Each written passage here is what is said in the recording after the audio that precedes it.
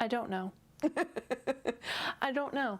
I look like I got thrown up on by the Lucky Charms mascot dude, the leprechaun guy. Don't know his name. I don't remember his name. Please don't ask. And also, my highlighter is so bright that it could not only summon an airplane that would drop right on top of my house, but it would also summon a satellite, and, you know, no one would have internet for a long while. So if you don't have internet where you are, it's my fault. I'm so sorry. But it is what it is. I can't help that I look cute.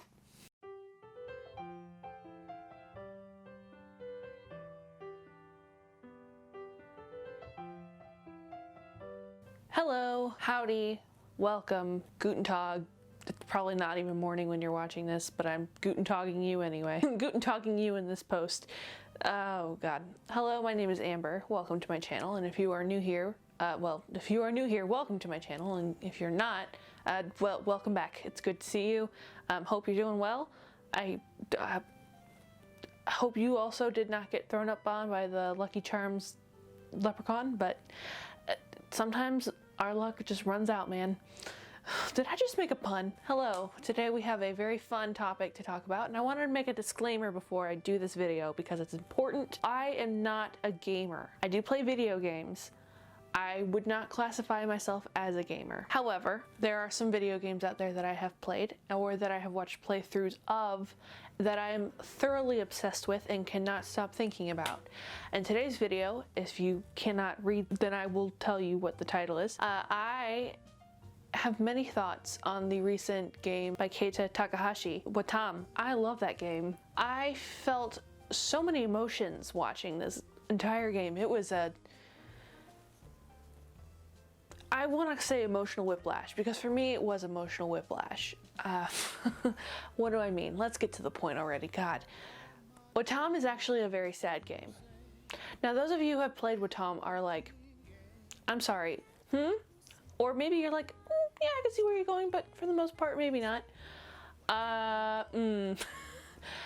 I remember watching a playthrough, and it was a silent playthrough. Not a lot of people played this game and posted it on YouTube, at least not a lot of popular YouTubers, which is fine, they don't have to.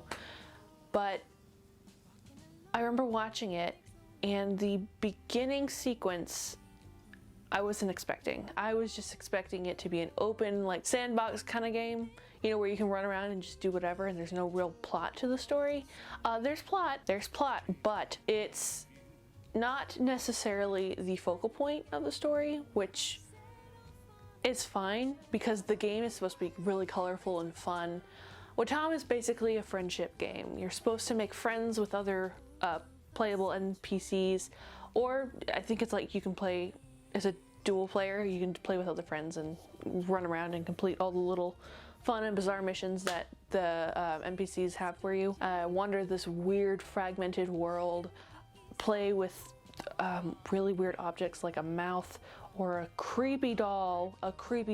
Oh my god, it's so creepy. Why was it in here? I know I was in here. It's supposed to be Takahashi games are always something else, man. And if you don't know who Keita Takahashi is, let me start out with that. Keita Takahashi, I'm probably not saying his name right, so sorry, is the creator of games like Nabi Nabi Boy, or better known for things such as Katamari Damacy, which I love that game. I've played the game. I've played Katamari. I have never beat it. I am stuck on like I want to say the 7th or 8th level, because I can never go fast enough to gather all the little items to make it big enough to actually, you know, get to, I think it was like 30 meters. It doesn't matter. Anyway, Wattam is very similar in that it is a very weird, nonsensical game with varied household items and things strewn across and giving it this weird but very fun and nostalgic vibe, and I absolutely adore it for that. But I was not expecting the story that came along with it. And today we're going to be talking about it because I don't see a lot of people talking about it. And it stuck with me because I cried. Yes, I cried at the near the end of this this game. Oh gosh. So let me just start off by saying the beginning card, the title card, we see a colorful drawing. It looks like it was made with like watercolors and crayons and stuff like that. Very children-esque, very kidcore. Very kidcore. And it reads as such, and I wrote it down, give me a second. Long, long ago,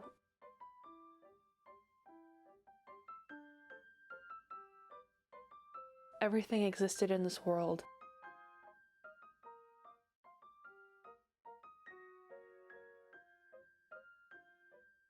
But then,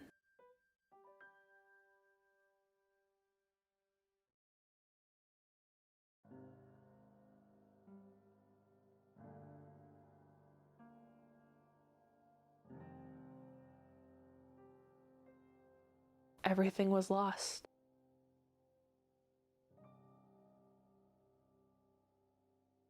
And no one remembers what happened back then.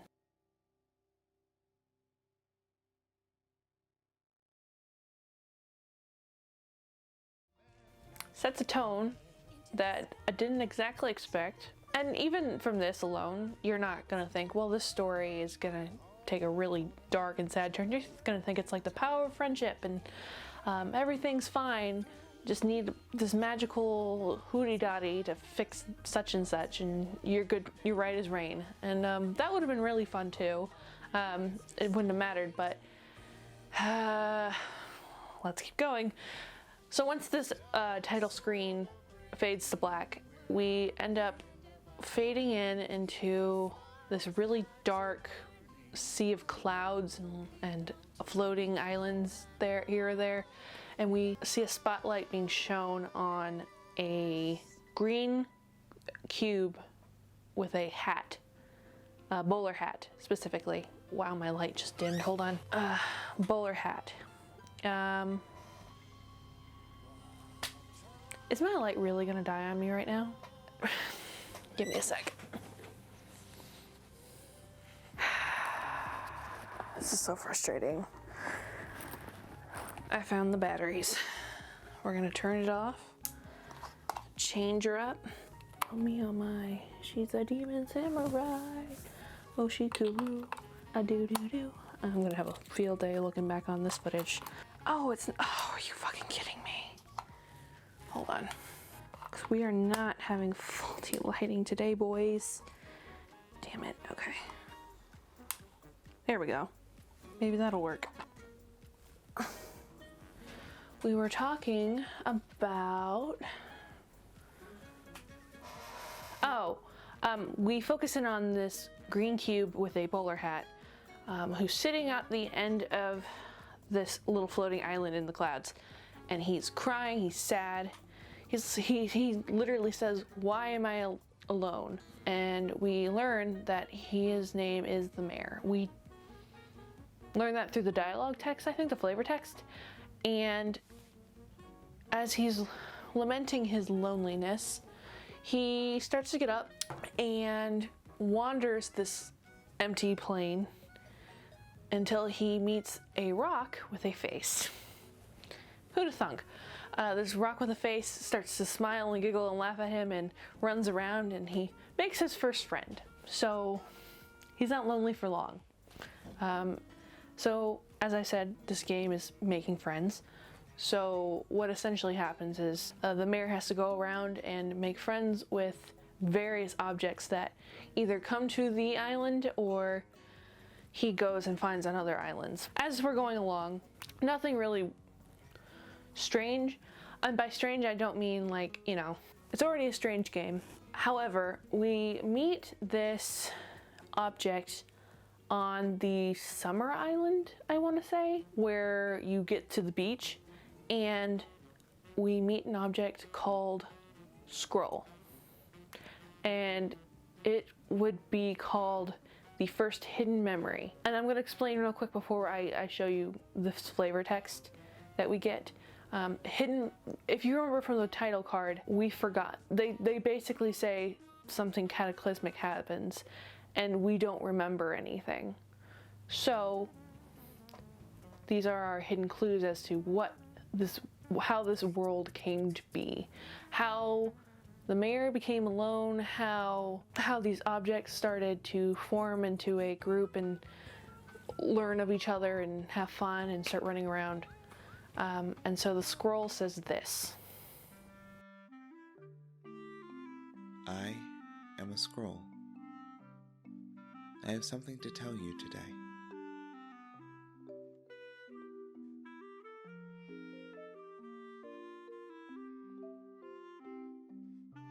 This was our world.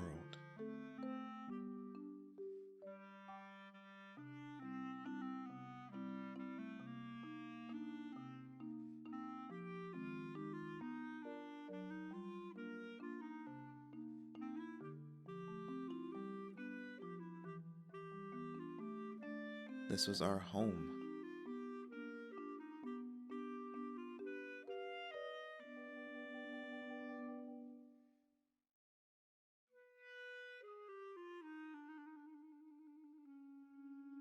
And this was our demise. It was a great tragedy. That's all I know. That has a significantly different tone from what we were already experiencing. I know that when I first watched a playthrough of this game, I had completely forgotten about the beginning title because all you see are really fun little creatures and objects running around and having a good time making friends. But this is definitely a tonal change. It's a little bit of a whiplash moment because you're just like, oh, oh, that's right. There's gonna be trauma. You don't know exactly what kind of trauma yet, but clearly something happened in this world that ain't right, sis. We don't dwell on this for long though. The scroll becomes part of the fun little family dynamic duo and everyone has a good time, and there's little side quests here and there where they go around and they have to go find the little roe sushi fish eggs for sushi and things like that. You start to have a fun time and make friends with everything and explore these worlds and do weird crazy things. And then we once again meet another hidden object known as Book. And I believe we meet Book in autumn? Yes, autumn, that would make sense. That's around the time that the desk shows up. And they are also a hidden hidden fragment of a memory. They hit us with this. I am a book. I have something to tell you today.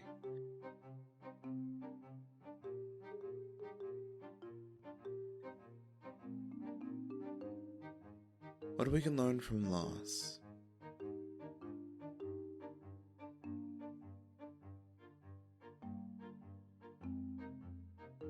Is to cherish.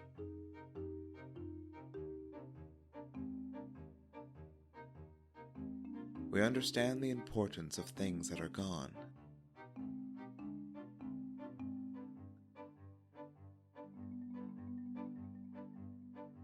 But by then, it is already too late.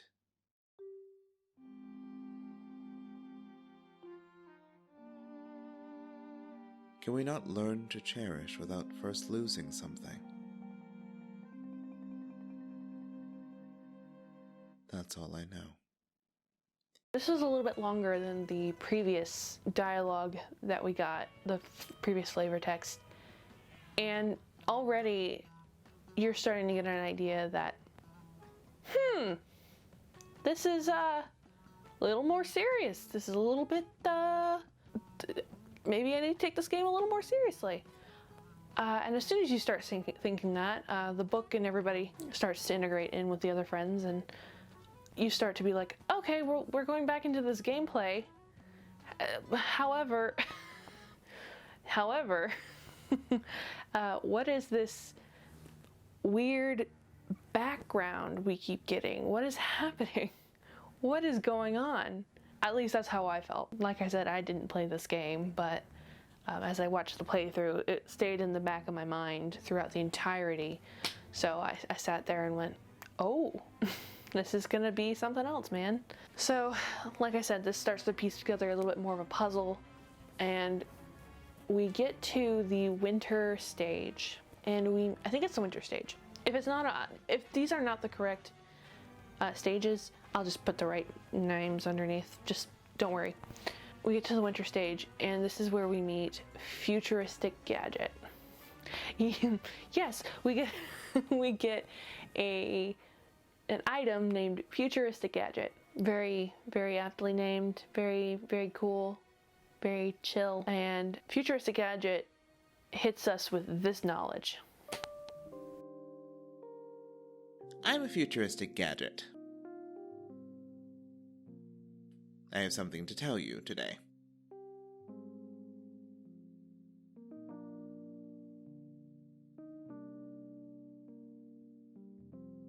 We didn't sit on our hands and watch. We resisted.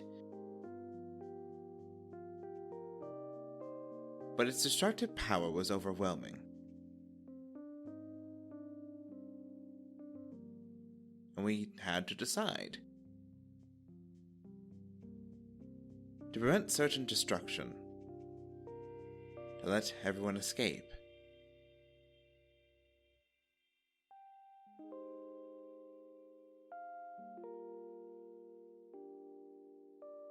Even though we would all be stranded. That's all I know. That is heavy. That is exceptionally heavy. That is so... Oh my god. Let me just reiterate what he just said. We didn't sit on our hands and watch. Now, I didn't expect any sort of dialogue like this in this game. Just cutesy little, hi, you know, can we be friends? Can you find this for me? Can you do this? Can you do that? Where are my children? That's the most traumatizing thing you might see in this game besides the flavor text. And it's like, wow, Takahashi, my guy, what is going on? And you see this giant dark sphere with devil horns and a pitchfork and beating up the earth and stomping on it and just overall being a terrible thing and smashing this rainbow and doing whatever it's been doing in the background. And you're just thinking to yourself, well, what the hell is this? What is this thing that's beating up a planet? And can I be this thing? Because I also want to beat up a planet. Could you imagine being able to beat up a planet and also breathing in space, or maybe not just needing to breathe at all? Like, can I please be an intergalactic being that goes around and punches planets? That is a goal. That is a goal in life. I may not look like someone who has that goal in life, but let me assure you, me and my candy-colored eyes really, really wish we could go around punching planets. Would be a fun time, man. Let's all just go punch a planet. You know, let's not do that. Let's not do that. Although there's probably a lot of planets out there, to be fair, so I don't think the universe is gonna really miss one. The backdrop gets darker and darker as we go along.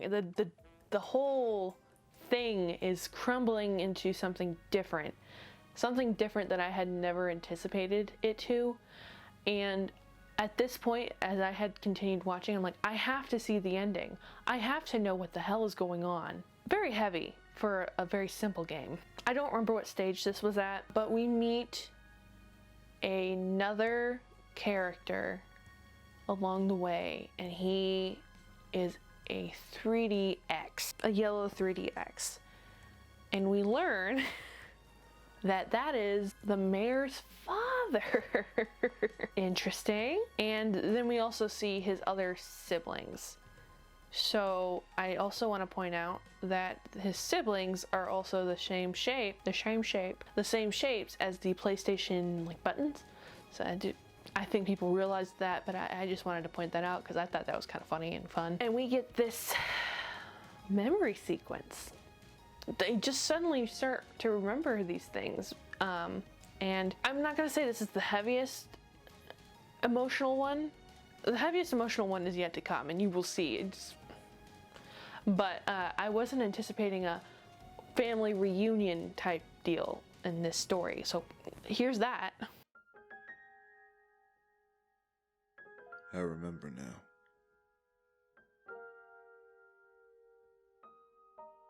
About myself. About my wife. About my kids.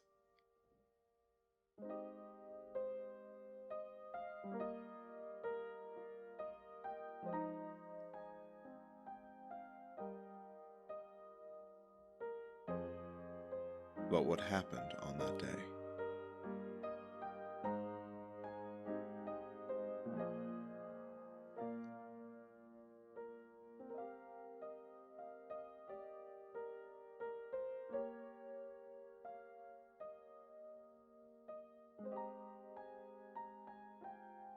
About that torn hat.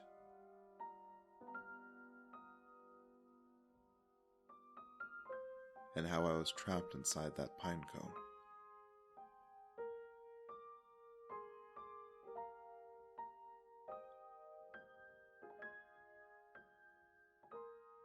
I remember everything.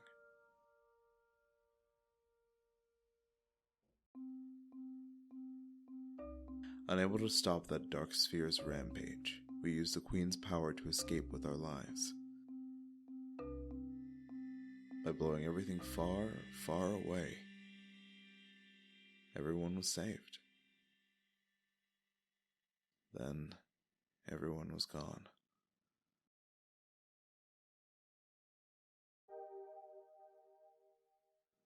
And now, everyone is back.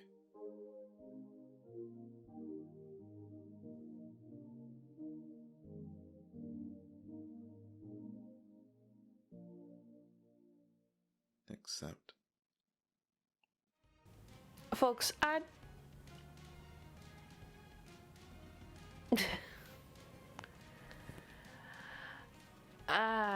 can't. I got very emotional when I first watched this. I'm very emotional thinking about it. I'm trying not to think about it because it's very sad.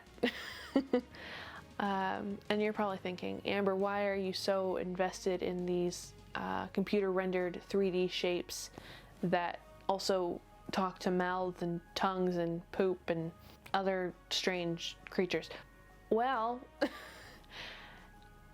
I'll explain after this because it's very important.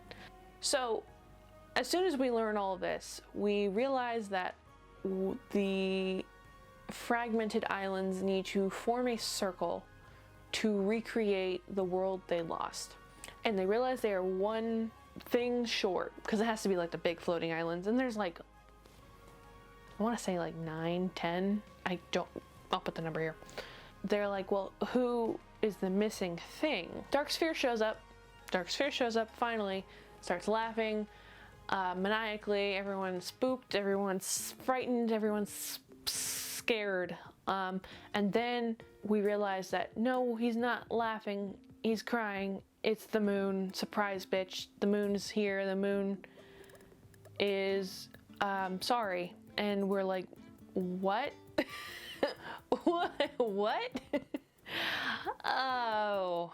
And then we get an explanation. And I remember full on bawling when this happened. So, without further ado, here it is. My name is Moon. Please, if you don't mind, listen to what I have to say. Back then, I thought power was everything.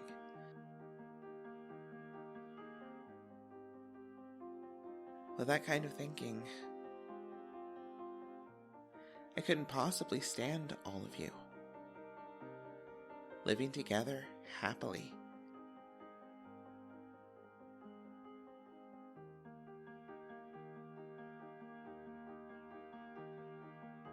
After your struggle blew me far, far away, all the feelings that had swollen up inside me and had given me my power fell away, piece by piece. Envy,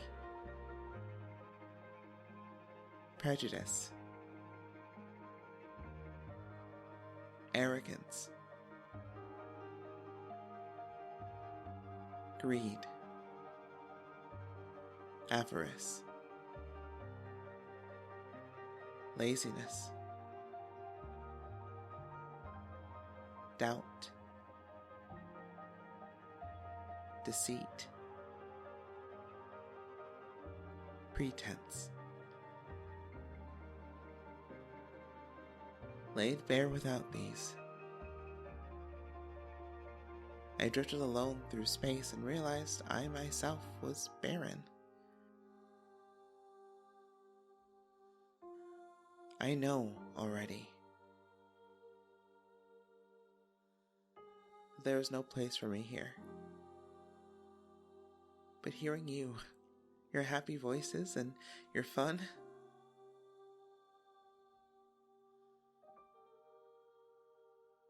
I was so lonely.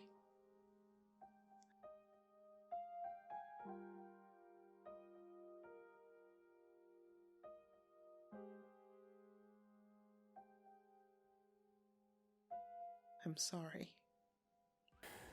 Now, before I get into this next part, I want to explain what I know about this game. I have something to tell you today. This game, I remember Takahashi, or it's either on Wikipedia or I saw it on like a Twitter interview, an interview thing, something of that sort.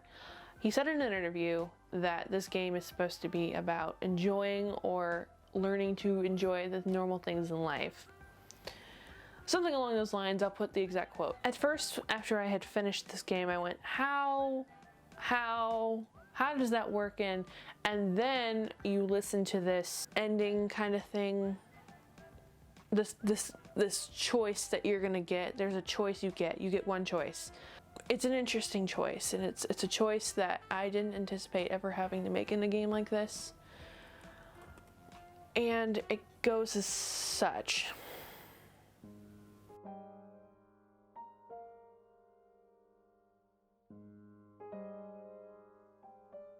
It's okay. What you did to us and made us do, we cannot easily accept. However, we want to believe in your capacity for change. We want to move on, forward into the future. You seem regretful, so we forgive you, just this once. I don't know. Do you really regret it? Do you feel responsible? I guess when Book was being chased around by all the stationery, it forgave them all easily, even though it had such a bad time. I wonder why. And did you come to tell us all this yourself? I didn't know it would be so hard just to accept someone's mistakes. I see. Since we can only learn after we've made mistakes, we have to move forward together. Are you serious? Don't you understand how we felt? Separated and alone. Don't you realize how hard it was bringing everyone back together and returning the world to normal? I can't overemphasize how fun it was. We never know how much fun it was to go kaboom, to be sent flying. And we'll never forget the way we got carried away and tumbled so hard we lost our lunch. It was fun, just to laugh and be together. What you've done is unforgivable, but because of you, we've learned a lot. So, thank you. Now, I don't know about you, but forgiving people is extremely hard. Not like for, if they break your vase or, well, it depends on who you are. If they break a vase or if they accidentally, knock over a ketchup bottle or something. I don't know. I do stupid shit. But if they emotionally hurt you, or if they have done things to you throughout your entire life, and they've maybe never said sorry, or things along those lines, forgiveness is not easy. And I also want to stress that if you apologize, the person you apologize to does not have any obligation to forgive you. You apologize, and that's wonderful. That's big. That's a big deal to some people, especially if it's a legitimate apology. If it's just an apology to get out of trouble, then but an apology like the one that the moon made, well, I do not know which option I would pick. It would not be A. I feel like I would go with 3 or 4. And even that I struggle with a little bit. I want to say that it is amazing that Keita Takahashi included this kind of thing in a very fun game. I genuinely not seen anything like this. Not even in any of my other favorite games like Undertale or, you know, Deltarune, things of that nature that do deal with things like this, like choices of forgiveness, choices that can affect your life. This was very simple, but also very heartbreaking.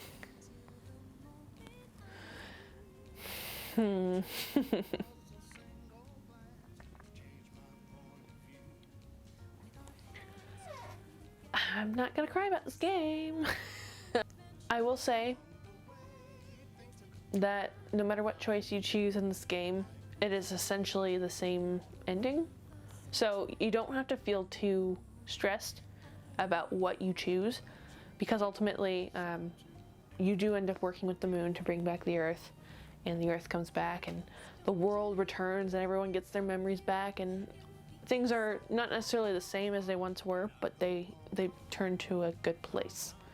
I mean, from there it just becomes a really happy, fun little run around sandbox kind of game. Also, you get to see the prince from the Katamari Damacy game, which I found, oh, I loved that little addition. Oh, it made me smile, it made me happy. What can we take away from this? Well, forgiveness is a subject, I think, in today's time. I think it's been a subject, this has been a subject that's been really hard to deal with at any time. But nowadays, when things are coming to a head, when things are very difficult that we are being forced to face and deal with, forgiveness is something that is really hard. Also, apologizing can be really hard too, depending on who you are and depending on what it is. But forgiveness is something that I think a lot more people need to understand. And I'm not saying you have to forgive someone, you have to. But forgiveness is not just about absolving someone's sins. Forgiveness is something that can be healing for yourself, or even just letting go. You don't necessarily have to forgive someone, but if you can let go, it makes a world of difference. And sometimes even then, that pain will stick with you, and you will feel those moments of anger and times of great despair, I think is the right way to say that. But overall, finding the right way to forgive someone is also as important as finding the right way to apologize. And I think that this game hit that nail on the head, straight on.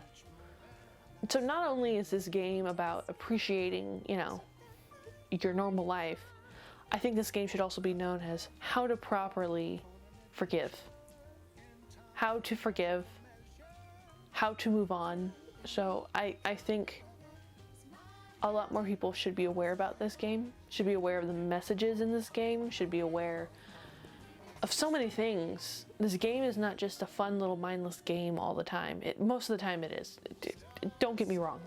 This is not supposed to be some deep philosophical thing, because it's very straightforward, and I think more people need to be aware. It's a fun little thing. And with that, that's all I'm gonna give you on Wattam, because Wattam is one of my favorite little games of 2019.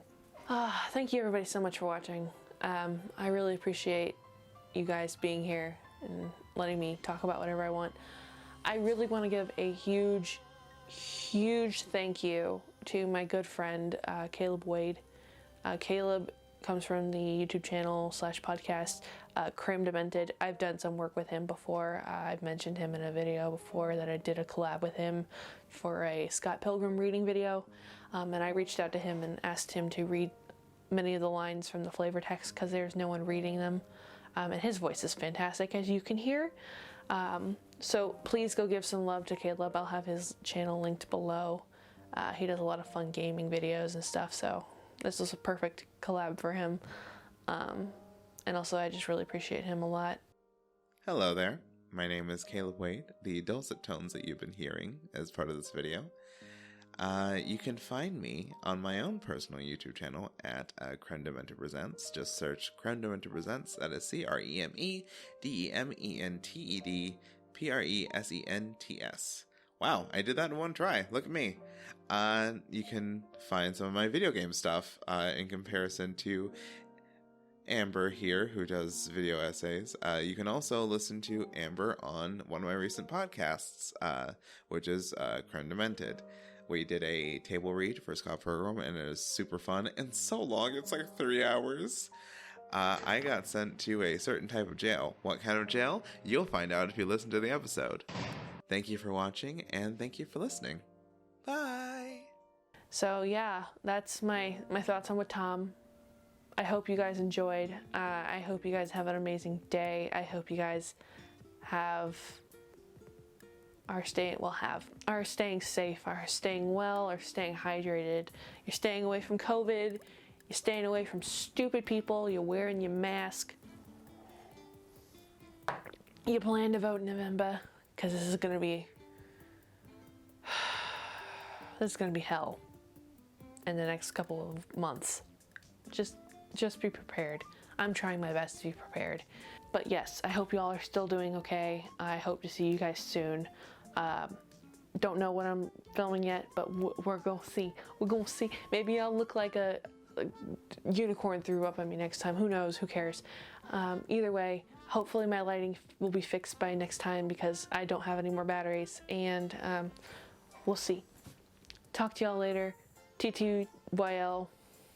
That's the same thing. And I hope you guys play with Tom. Bye guys. See you later.